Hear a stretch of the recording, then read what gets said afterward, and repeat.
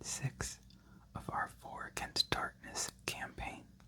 Last adventure did not go very well, but this time I'm a bit excited because we're going to be trying out our first expansion. Instead of playing with just the rules from the core book, we're going to be playing the Tales from the Adventurers Guild supplement. So let's just get caught up on the story after last time. We were investigating the crypt of General Dryden for the Amber Hill Adventurers Guild, and things went south. We had to escape the dungeon without completing our mission. We ran into a Chaos Lord on the way out. The Chaos Lord killed our cleric, and we had to leave his body in the dungeon because we could not kill the Chaos Lord. So we lost our first party member, unfortunately.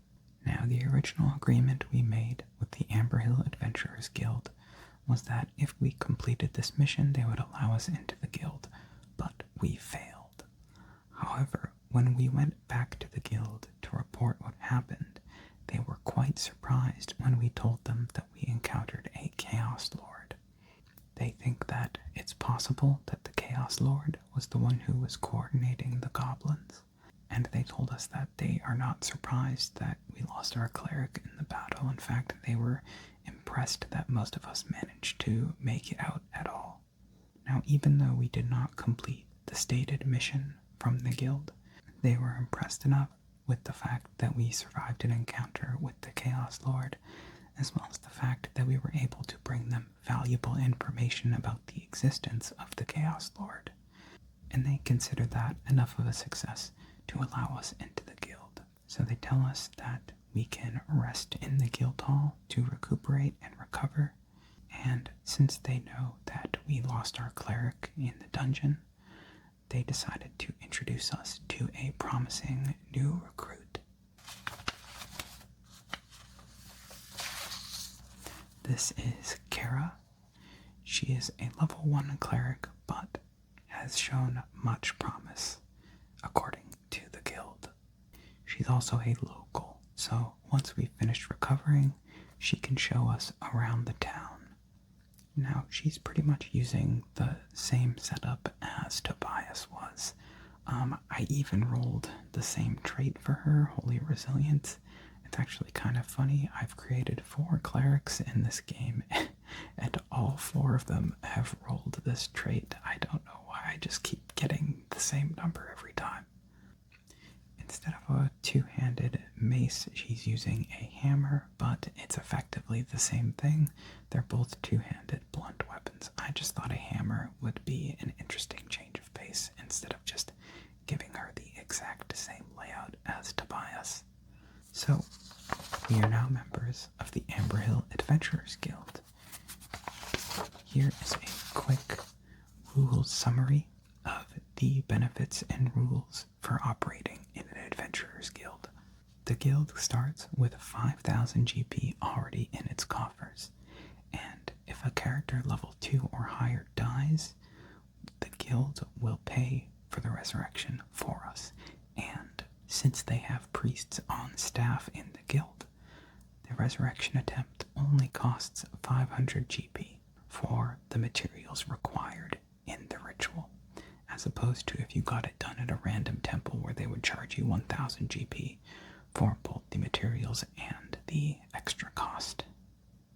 The guild takes 50% of all monetary loot at the end of each adventure, but like I said, that's worth it because the extra gold just goes into the guild, who will then use it to pay for our resurrections. The rest we get to keep with our party. The guild does not pay for equipment for us, but we get a 10% discount on any items we buy from shops. A guild member may repeat 1 failed availability roll per adventure. I don't think that's really going to come up because I looked at the items in the new expansion, and none of the items that require availability rolls are that interesting to me right now, but we might get them in the future. We can store our excess gold in the guild coffers under a ledger account for free, So even though we can only hold 200 gold per character, we can basically use the guild as a bank to hold extra money. You can remove 1 madness point between adventures by staying in the guild hall. Madness is a mechanic we haven't really talked about. It doesn't really come up in the core game, but it might come up in the future. We can alter our role when we get a treasure map by consulting the guild's cartographer. We will talk more about treasure maps in the future because we might end up buying one in this video. However, every month or after each adventure, the guild loses 10% of the money in its coffers. Guild casters can learn guild spells as basic spells. I took a look at the guild spells. I'm not really interested in any of them right now, but it's good to have that option open in case we want them. We can find jobs by rolling on the guild job table. We're probably going to do this once we've explored the town a little bit. If we haven't got any leads, we'll check the guild job table. There will be 1 adventure per month. Keep track of the passage of time in a diary/planner. And I've kind of already started doing that here. It's a little sloppy handwriting, so I'll read everything out just in case you're having trouble reading it. If any characters die, we replace them with new level 1 characters, which we basically already did by replacing Tobias with Kara. And guild benefits are suspended if the guild has no gold. And also, we are not allowed to leave the guild unless we bring it back up to its initial condition of 5,000 GP. So those are the rules for guilds. We will be enjoying those benefits. In particular, this one is going to be very nice. Half price resurrections, and we don't even have to pay for them directly out of our pocket, although we do have to give away 50% of our profits to the guild, but I think it's worth it. So, the first thing we did in Amber Hill is we went around town and we bought some new equipment. And I added up all the equipment we bought. Mainly, we just replaced all the weapons that we had stolen by the invisible gremlins. So, Lormax got a new axe and bow. I also bought a health potion. Tanith has a new sword. Rayan has a new dagger. We also bought new bandages and refilled our lantern oil. In total, we spent 165 GP, but with the guild's 10% discount, we only paid 149. The next 4 days, we spent resting in the guild hall. You recover 1 HP per character by resting in town. And 4 days was enough to get all of our characters back up to full health. Now for day 6, Kara is going to show us around town. And I think the first place she's going to take us to is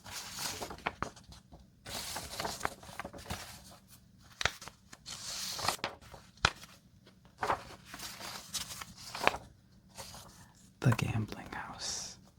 Lormac wants to get his gamble on.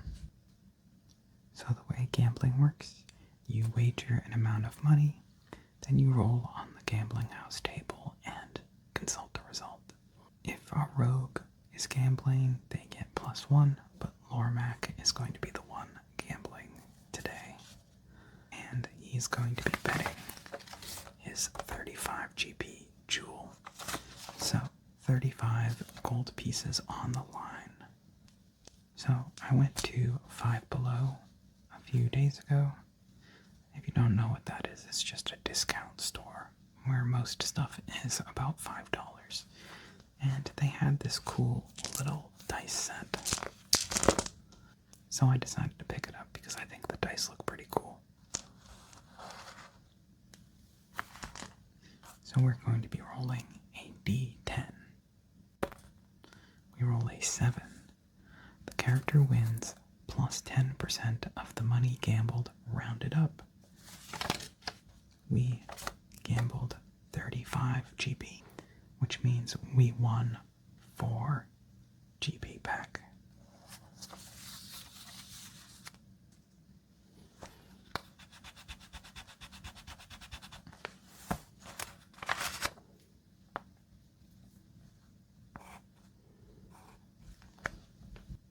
So Rayan tells him, alright, you won some money, it's time to leave. But Lormac wants to keep gambling. So we're gonna roll a d6. If it's a 1 through 3, Rayan convinces Lormac to stop gambling and we leave the gambling house. If it's a 4 through 6, we gamble again. And it's a 4. So Lormac is gonna go again. He's gonna bet the same amount, the 35 GP jewel. Let's go again. It's a 1. The character involved gets involved in a fight/brawl. You will start the next adventure with 1 wound. The character is not welcome to gamble again. And further gambling rolls on this table are at -1 until he scores a major victory. So Lormac loses 1 HP in a brawl.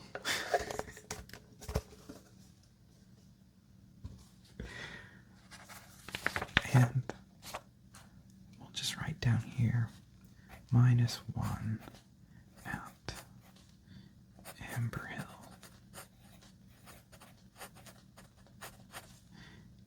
Gambling.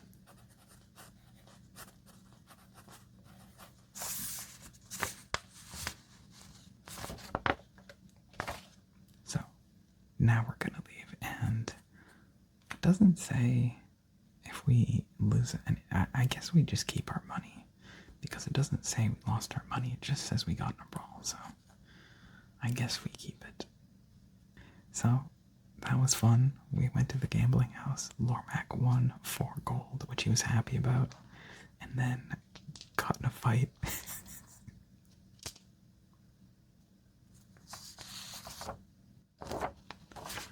So, day 6, gambling.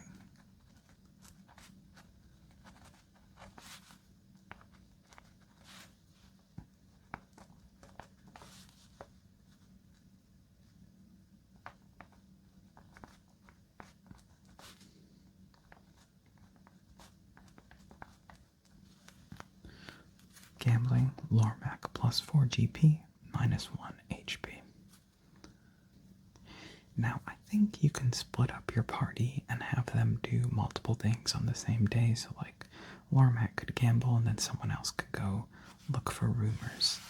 But I think we're just going to keep our party all together. I think they would all stay together just in case something happens. Like, if we end up getting in some kind of encounter, I would rather have the whole party all together. So day 6, we spent gambling. Day 7.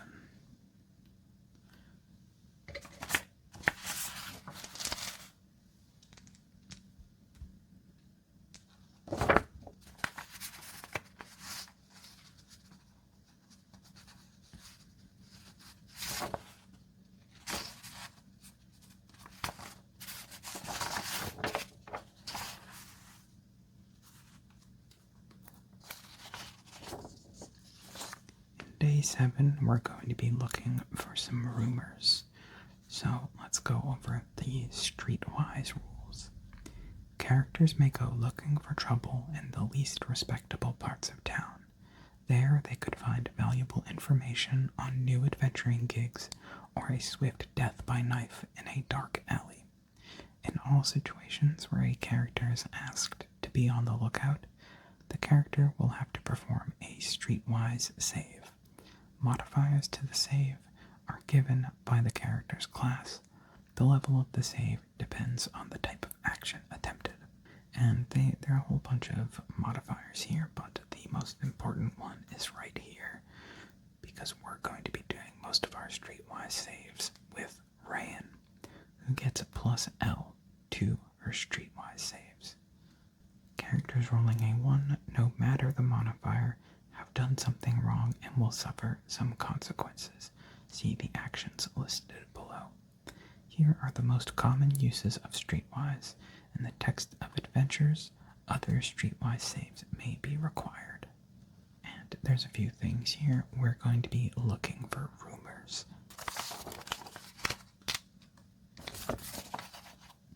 By the way, I actually meant to mention this before, but I forgot. There is another expansion called Treacheries of the Troublesome Towns, which is a much more detailed expansion for towns, where you actually walk around the town and create a map as you go. I decided not to use that expansion for Amber Hill for a couple reasons. First of all, that expansion is like 400 pages long. So I would have to spend like a week or two actually reading through the whole thing and understanding all the rules before we play that, and I just wanted to get into this. The other thing is that Treacheries of the Troublesome Towns is more meant for like bad towns, like very seedy towns full of crime and debauchery. And Amber Hill, while it does have its, seedier areas, I think it's mostly a pretty nice town. So I think it makes more sense to use the Tales from the Adventurers Guild expansion for this one. And maybe later we can use the Treacherous Towns expansion for a different town. But, like I said, I have to read through the whole thing and understand how all of it works. And it's very complicated. Out of all the expansions I've looked at so far, it's easily the most complicated one, so listen to rumors. Perform a level 4 Streetwise save. On a failure, the character finds nothing of interest and may try again after one adventure. On a success, the character rolls on the rumors list below. On a natural 1, a character must roll on the red herring table. So we're going to be having Rayan do this. She's level 3, right? Yes. So we get +3, which means that as long as we don't roll a 1, we should find a rumor.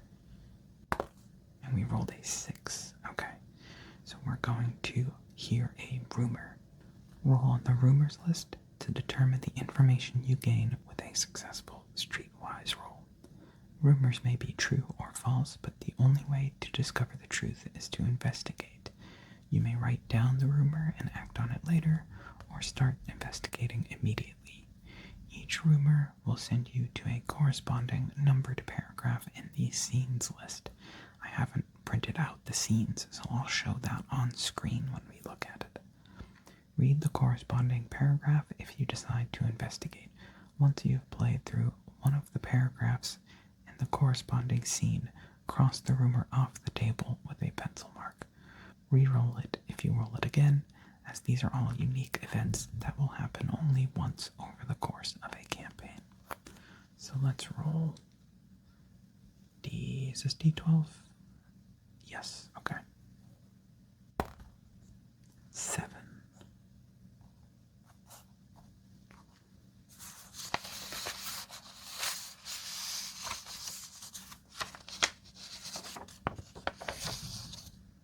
You know the small temple of Tamasea next to the fishmonger square?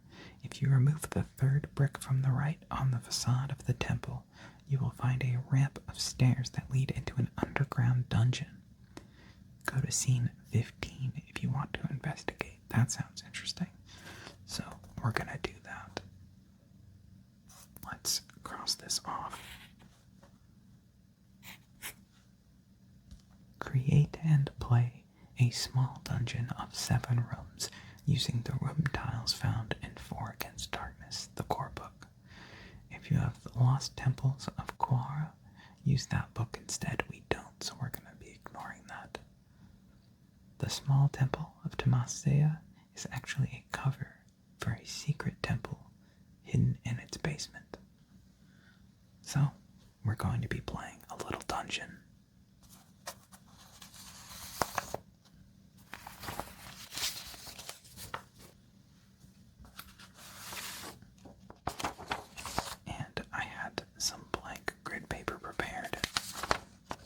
Just in case this happened.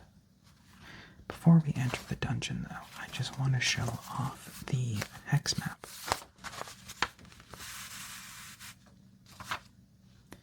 So, I generated this map using some of the rules from the Tales from the Adventurers Guild. These are all settlements in the region. I haven't named all of them yet. Amber Hill is right here near the middle. And I did name another settlement. The settlement sizes range between -3 to +3. So I thought the fact that there was a +3 settlement very close to Amber Hill might become relevant. So I decided to name it, and it's called Corvale. So there's a big city pretty close to Amber Hill. And these are just roads.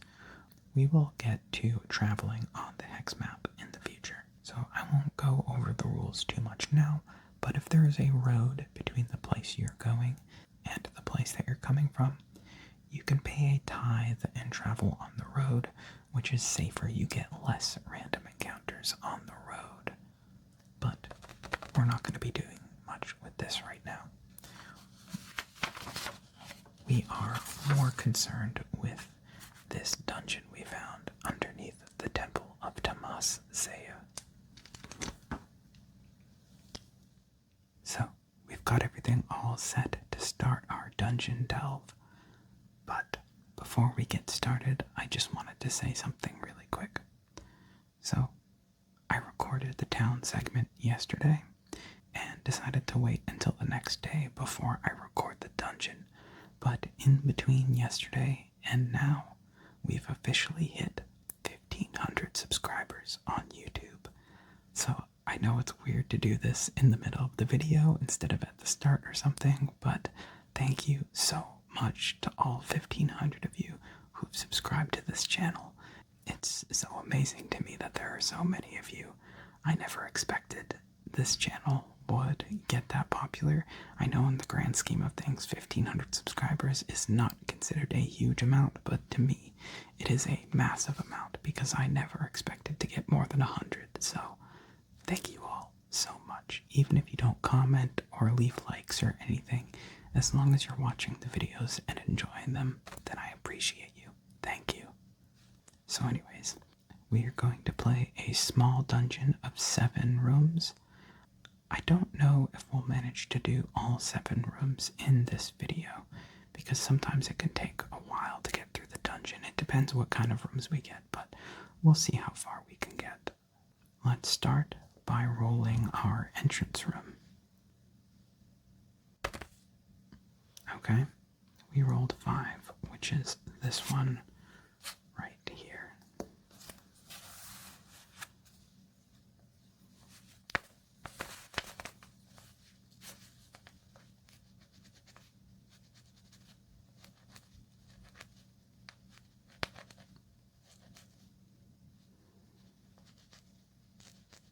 Oh wait, I think that means the dungeon is supposed to start at the top.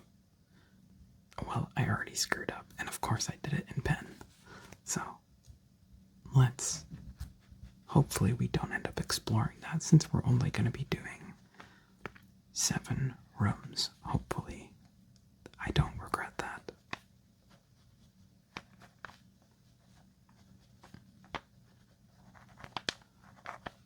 Okay. So here's our entrance room. Let's roll for content.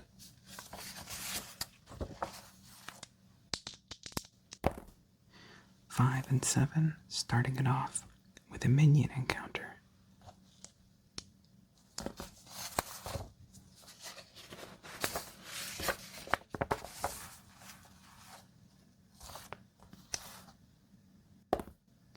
We roll a 4d6 plus 1 orcs.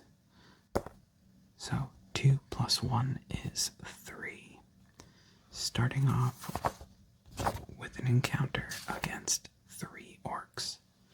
And I believe I actually gave Kara the Orc Slayer milestone, so she should get some, assuming she manages to get at least 1. So, start 1 orcs times 3. HCL plus 3, which means they are going to be level 6 orcs.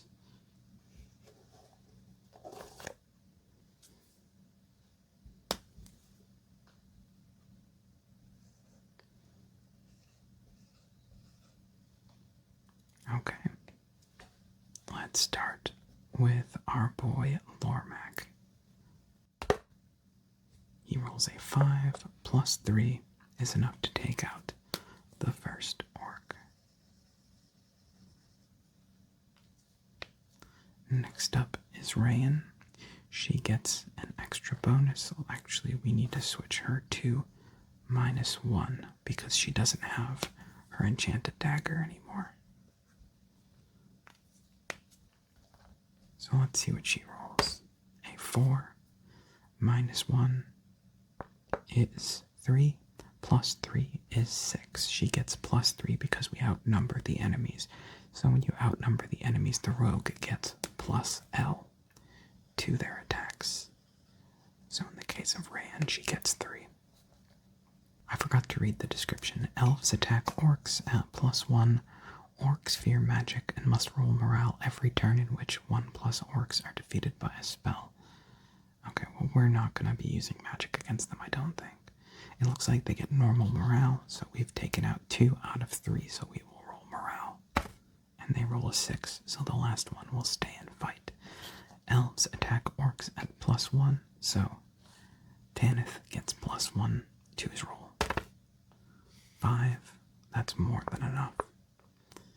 So, pretty quick, we take out the orcs quickly. And we get treasure. And we also get 1 more added. And we get an XP roll. Now, it seems kind of weird to give the XP roll to Kara because she hasn't even done anything yet. She just joined the party. But I'm going to justify that by saying that she already had some experience before joining our party. I think she was, like I said, the guilds considered her to be a promising rookie. So I think saying that she was already on the border of level 1 and 2 makes sense to me. So let's do an XP roll for Kara. She rolls a 3, and already she goes up to level 2.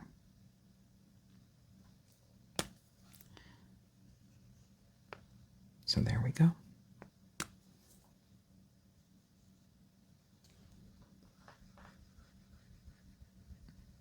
So our first encounter, going without a hitch.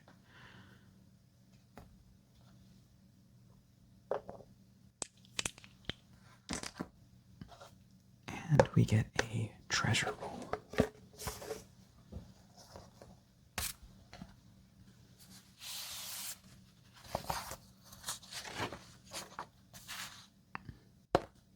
We roll 1d6 GP. 1 GP. Not much. Those orcs were not really carrying much.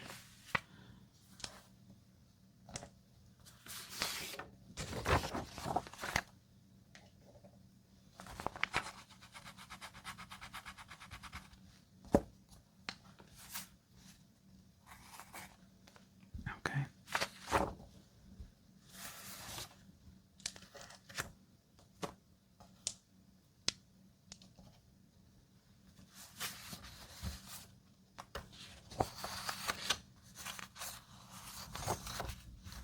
So we are going to exit this way.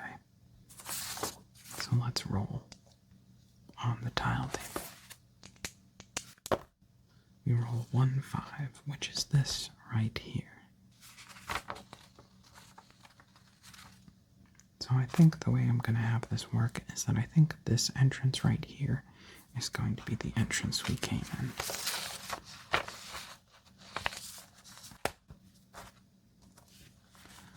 So it would go up, and then right, and then up 2, and then right 3. And this would be one of the exits. And then we go down 3, and this would be the other exit right here. And this is room number 2.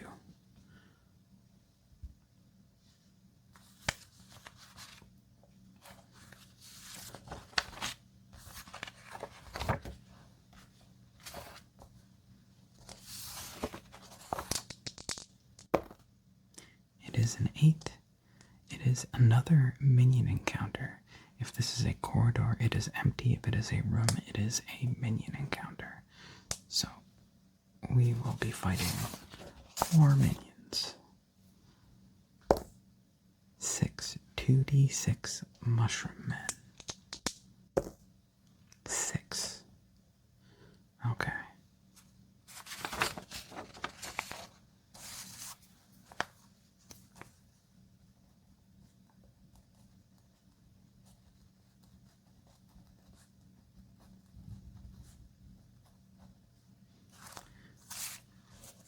Mushroom Men, HCL +2 minions.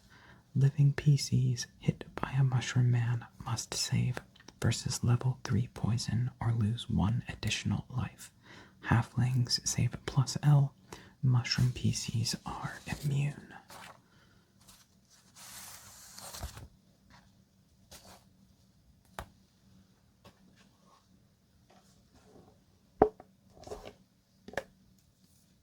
They are HCL +2, which makes them level 5.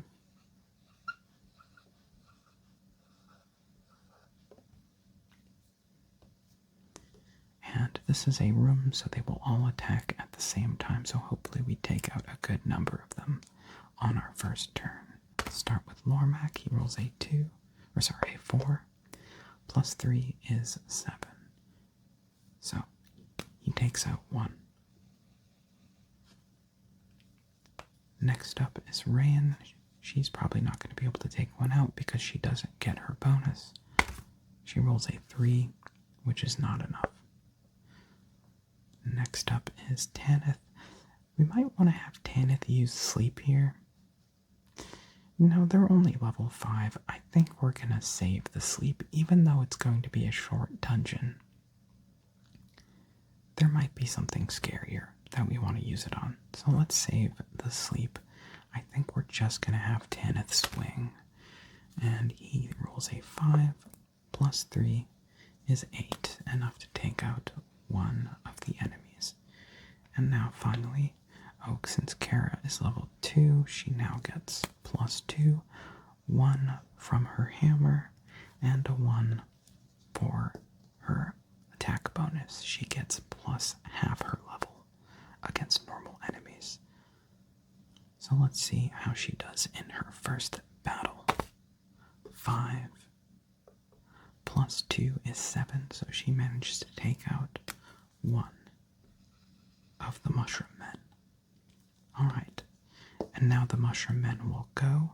I think we're going to have them attack Rayan, Lormac, and Tanith. Let's see how they do. So Lormac rolls a 3, +2, not enough to defend, so he takes 1 damage, and then he has to roll versus level 3 poison. And he fails the roll, so he takes 1 additional point of damage.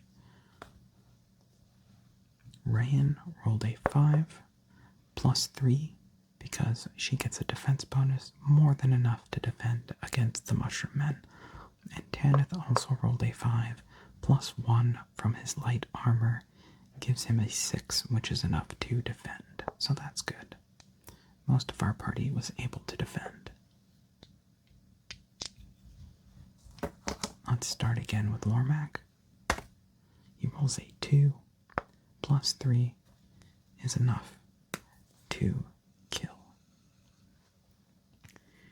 Now, the Mushroom Men have lost more than half their number, so they roll for morale. They roll a 1, which means the rest of them run away, and we win the encounter. We get 1/10 of an XP roll, and we get a treasure roll.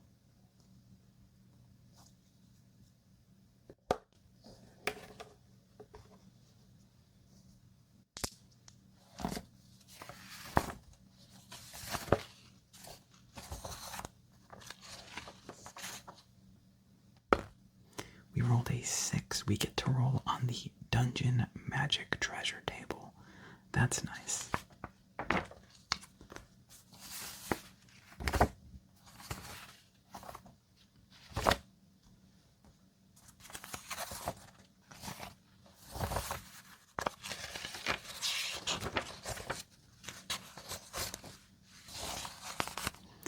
Let's hope we get something nice. We get another magic weapon. Nice. We lost our last one to invisible gremlins. Hopefully that doesn't happen. If we manage to get a magical weapon out of the dungeon, we can purchase gremlin repellent, and then it won't be able to get stolen.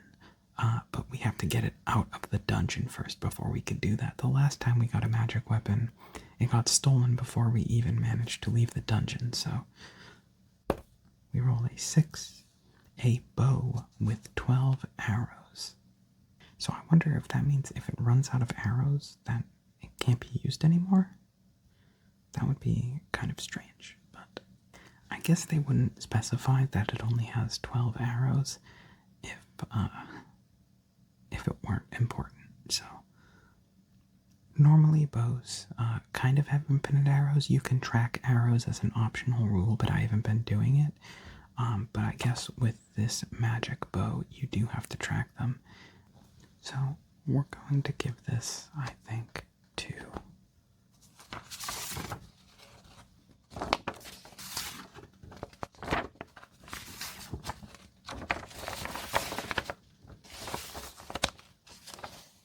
So it doesn't sound like once you run out of arrows that you no longer get the attack bonus, because that would not be permanent. I'm just going to take it to mean that when you're using a magical bow, you have to keep track of your arrows. And that if you run out of arrows, you can still keep using the bow, but you have to buy more arrows.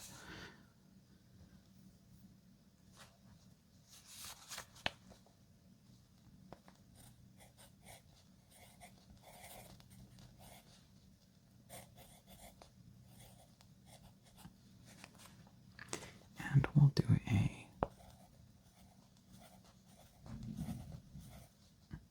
this is how I'll keep track of the arrows, I guess. And I didn't put +1. I'll just have to remember that it's +1. And I'll make sure to keep his character sheet close by so I can keep track of that. Okay.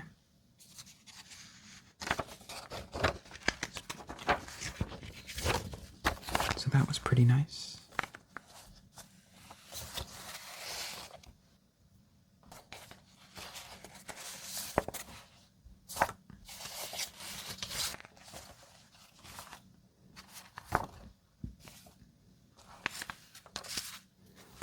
And I forgot to mark both of these off. Okay.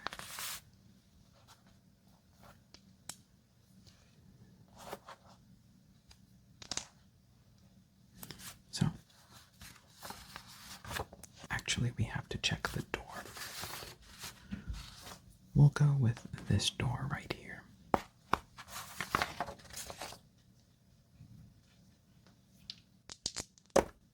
We roll 4.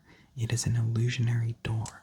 The door is protected by an illusion that makes it invisible. The only way to open it is to spend 3 clues or to have an illusionist perform a successful spell casting roll versus HCL. So we don't have an illusionist and we don't have 3 clues. Which basically means we cannot open this door. So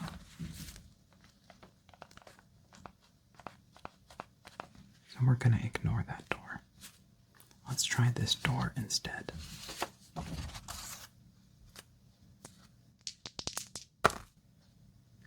We rolled a 9. It is an unlocked door.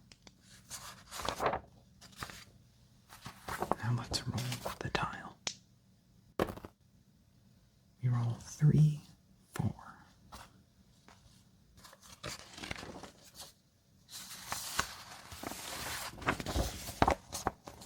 It looks like this is going to be a dead end because we don't have room to fit that full tile up against the wall right here. So it's going to look something like this. So let's see what is in this dead end.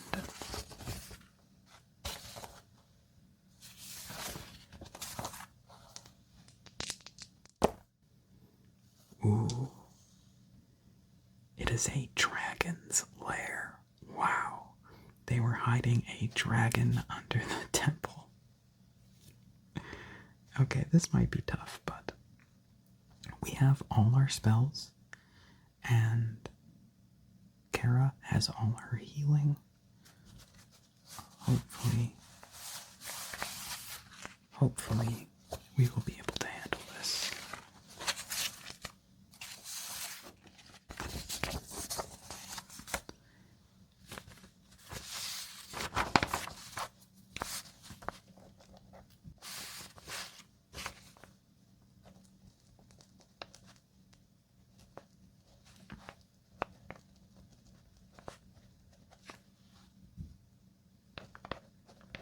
Okay.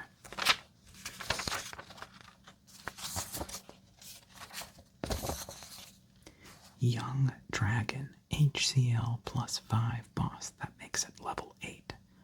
Tier plus 4 life, so 5, 2 attacks, 3 treasure rolls at plus 1. We get a lot of treasure for beating this guy. Immune to sleep. On each of its turns, roll a d6. On 1 to 2, it breathes fire. All PCs must save versus level 6 breath or lose 2 life. All add plus half L to the save. On a 3 to 6, it attacks 2 random targets. So random targets. So let's get the trusty D4. Never encountered as a wandering monster. We can wait for reaction if we want. Let's see. Reactions. 1. Sleep. 2 to 3. Bribe. 4. Quest. 5 to 6. Fight. I think I'm going to roll for reaction. It's only bad if we get 5 or 6. If we get 2 to 3, we can just refuse the bribe and then it's a normal fight. If we get 1, we get an advantage. If we get 4, we get a quest, and I think that would be fun because we haven't done one yet. So let's see. We're going to roll for reaction. We roll a 2. So the dragon wants a bribe. All of the party's GP with a minimum of 100 GP or 1 magic item. We don't have enough GP, so we would have to give Tanith's brand shiny new magic bow. So we're not going to do that. We are going to fight. And when you refuse a bribe, the fight starts as normal. So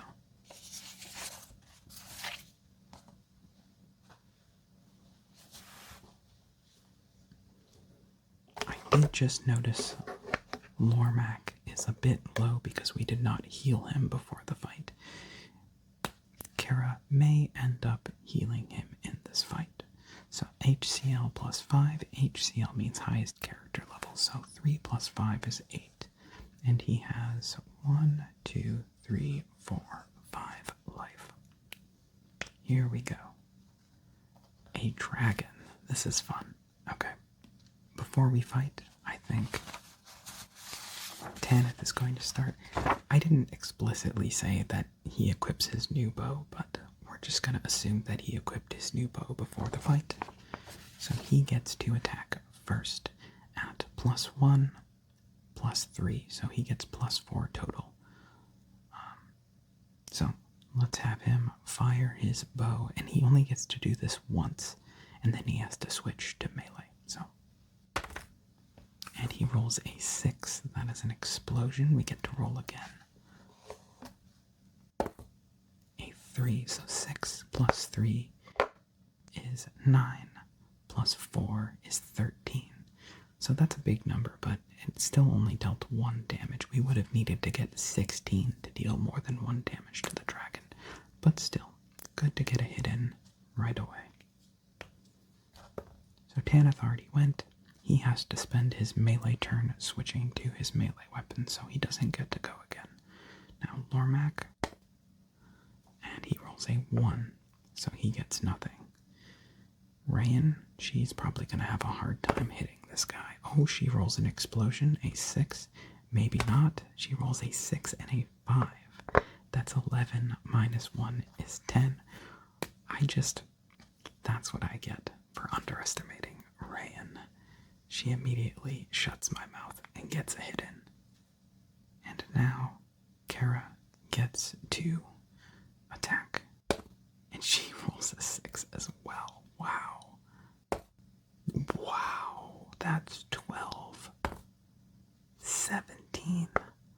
plus 2.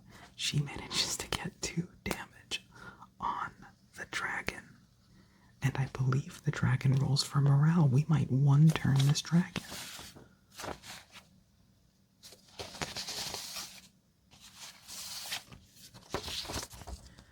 It does not say... Oh, I should mark off that we used one of the bow's arrows. It does not say that the dragon does not roll for morale, so... Okay, the dragon stays. We still do have to deal with 1 turn of its attacks. At least 1. Let's see what happens. So, we roll 1d6 to see what the dragon does. Rolls a 3, so it attacks 2 random targets. Let's see who gets attacked. Tanith and Rayan. Rayan is good because she has the highest chance of being able to defend, I think. So let's have Tanith and Rayan roll for defense. Tanith rolls a 5, Rayan rolls a 1. Both fail to defend and take 1 damage each.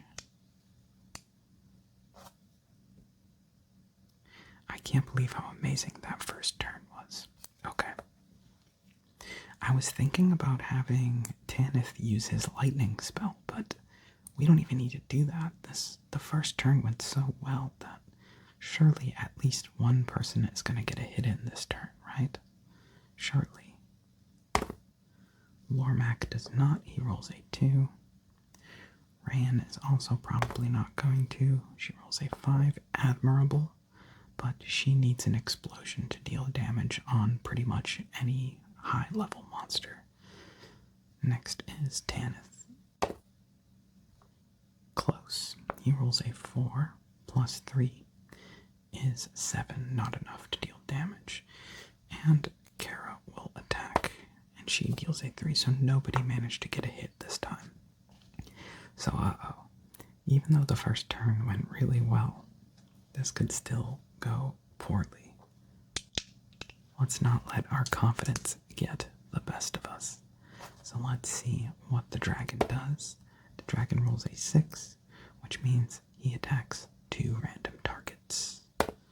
Rayan and Kara. Rayan and Kara roll for defense. Both fail, taking 1 damage each. Alright. So we're going to go 1 more turn just doing standard attacks, hoping either Lormac or Tanith roll a 5, or Kara rolls a 6, or Rayan rolls a 6 and then something else decent. That's what we need if we want to get 1 more hit. Oh wait, I actually just remembered that when a enemy goes down to below half their life, they go down 1 level. So I think someone did roll a 7. I think Tanith did. I'm just gonna ignore it. I'm not gonna try to correct what has already been done.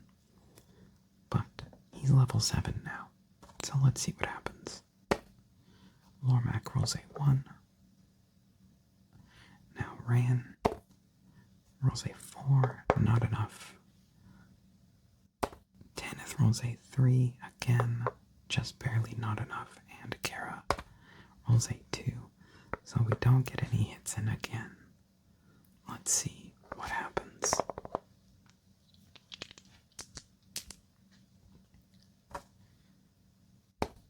A 6. The dragon attacks 2 random targets again.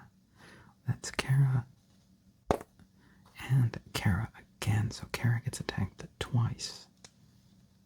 Now, first roll, 5, not enough. She needs a 6, and she fails both. So Kara takes 2 damage.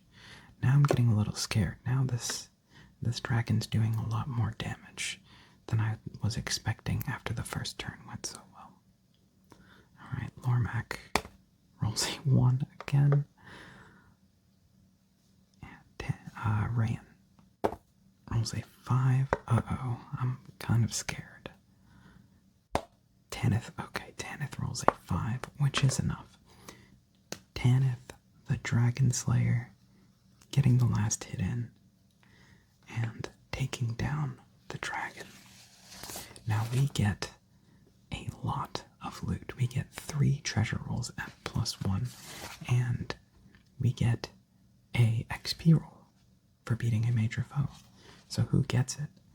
I think Kara just joined the party and just got an XP roll. Actually, I think there's even a rule that says you're not allowed to give the same character an XP roll twice in a row. So we'll give it to Lormac. And let's see, he has to roll a 3 or higher to level up. And he rolls a 6. Welcome to level 3, Lormac.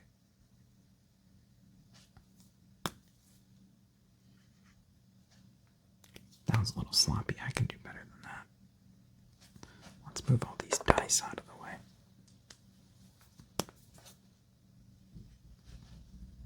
And his attack power goes up to +4. That is 1 from his 2-handed battle axe, and 3 because he gains +L when attacking in melee.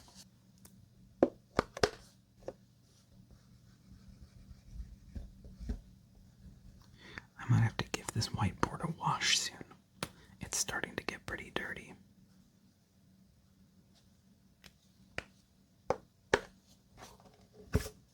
I'm wondering if I should heal people up. I don't know, we'll see. Everyone has enough health that they can survive a couple more attacks, so I think No, I'm gonna play it safe. I'm gonna have Kara heal herself. Let me just put this aside for now. I want to update everyone's stuff. So I never updated Kara to level 2. Also, she was supposed to gain 1 HP after she leveled, and I forgot to do that, so let's give her 1 more HP. And Lormac also gets 1 HP. You know what? I think I am fine with not healing quite yet. Everyone's got at least 4.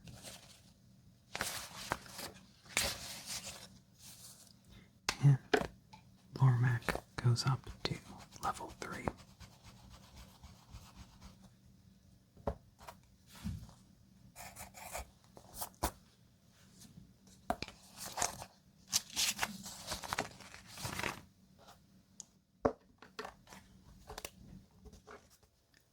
Okay, a quick addition to the video here. Please ignore the fact that the backdrop is different. I just got done filming a different video, but I remembered that I totally forgot to roll for treasure after beating the dragon. So we're going to do that right now. So we roll 3 times at treasure +1. And our first roll is a 5 +1 is magic treasure. More magic treasure.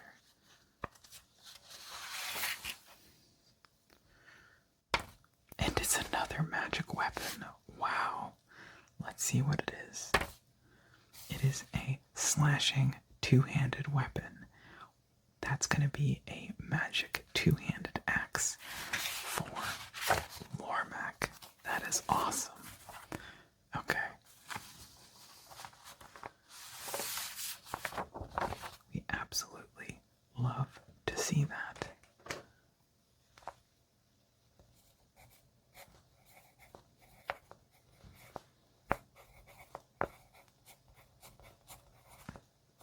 That is going to be +2.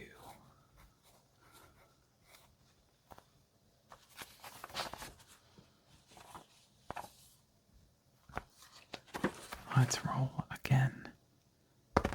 We roll a 2 +1 is 3. A scroll with a random wizard spell. So we rolled a 6. That is a sleep scroll. Very nice. That is also a good find. We're going to give that to Tanith.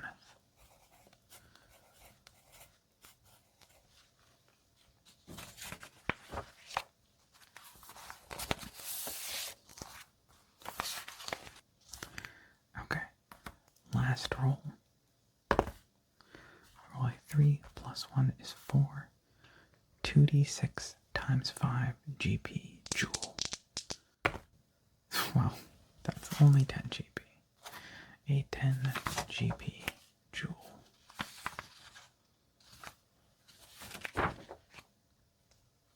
And we'll have Lormac hold that.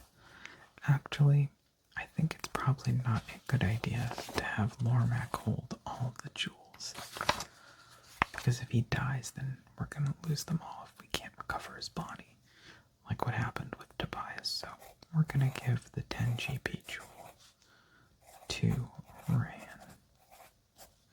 Alright, so I'm going to cut back to the rest of the video that I filmed before.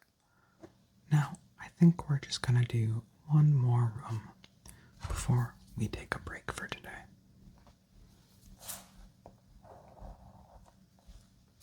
So we're going to backtrack to the starting room. We will move from 3 to 2. No wandering monsters. Now we'll go from 2 to 1. No wandering monsters again. So now we will go south into this next room here.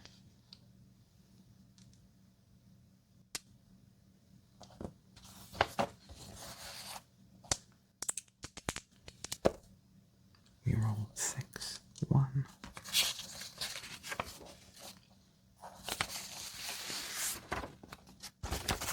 Which means we get this big open room right here. We'll say we came in from the north, so this door right here.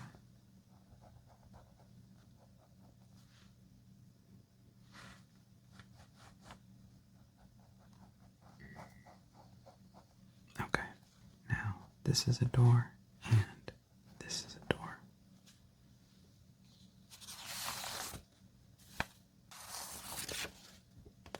And let's see what's actually in this room. A 7, so it's another minion encounter. I guess I shouldn't be so surprised that we keep rolling minion encounters, because 7 and 8 are 2 of the most common numbers that you get when you roll 2 dice. So the game is designed for you to get lots of minion encounters, so I should not act so surprised every time I get another one. So let's see what the minion encounter will be.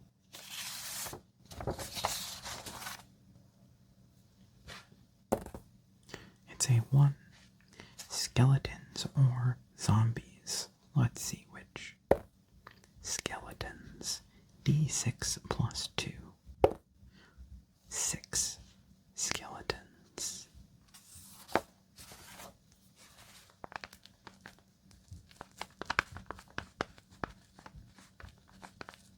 Okay. HCL plus 2 undead minions. No treasure. Never test morale. Immune to sleep, poison, disease. A vial of holy water will automatically destroy 1 skeleton or zombie. Crushing weapons attack skeletons at +1. Arrows / crossbow bolts are at -1 versus skeletons and zombies. So we're not going to have Tanith use his magic bow this time. He's just going to attack straight up.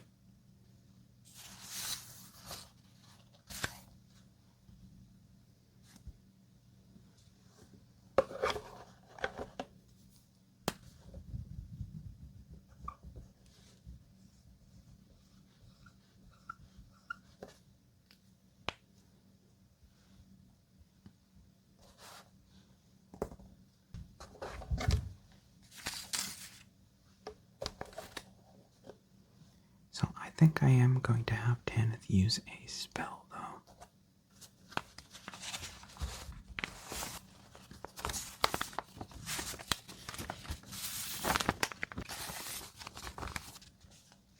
He's going to use Fireball.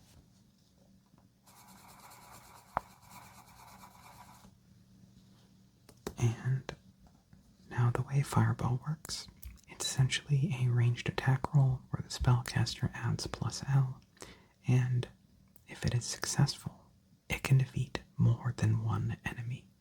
It defeats the amount of enemies equal to the total roll minus the enemy's level. He rolls a 4, +3 is 7. So the attack kills 7 minus 5 skeletons, which is 2. So Tanith kills 2 skeletons with Fireball. Also, it's kind of off camera, so you couldn't really see it, but I decided not to use Tanith's Spellwoven trait for the Fireball. So the Fireball is used, we can't use it again for the rest of the dungeon. Now it's Lormac's turn. He rolls a 2 +4. That's enough to take out one of the skeletons. Now Rain gets +3 because we outnumber the enemy. 4 minus 1 is 3, +3 is 6. Rain takes out one skeleton. And Kara actually gets +3 because we're fighting undead, so she gets +L. So 1 for her hammer, +2 more for her level. She rolls a 3, +3 is 6.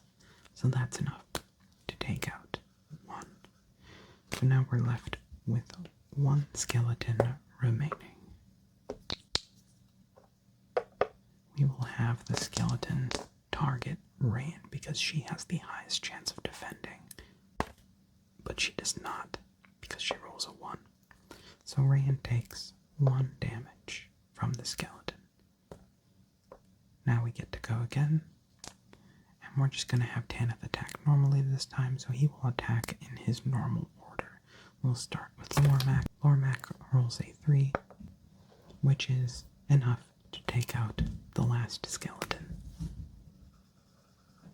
We get 1/10 of an XP roll, but we get no treasure. And I think that is going to be the end for our dungeon delve tonight. We will finish up this dungeon in the next video. We'll probably finish it up pretty quick because we only have 3 more rooms remaining.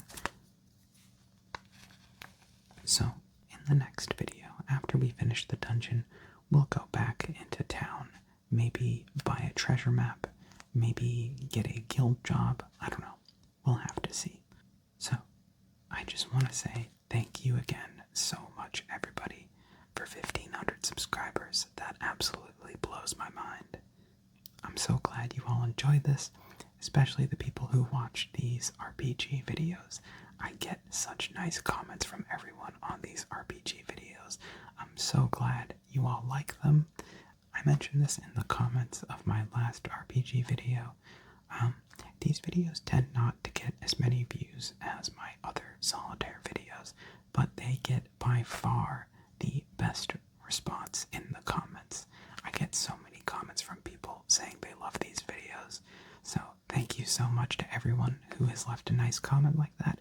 I'm going to continue doing these RPG videos as long as people keep enjoying them. So yeah, thank you so much for watching. I hope you all have a great night and sleep well.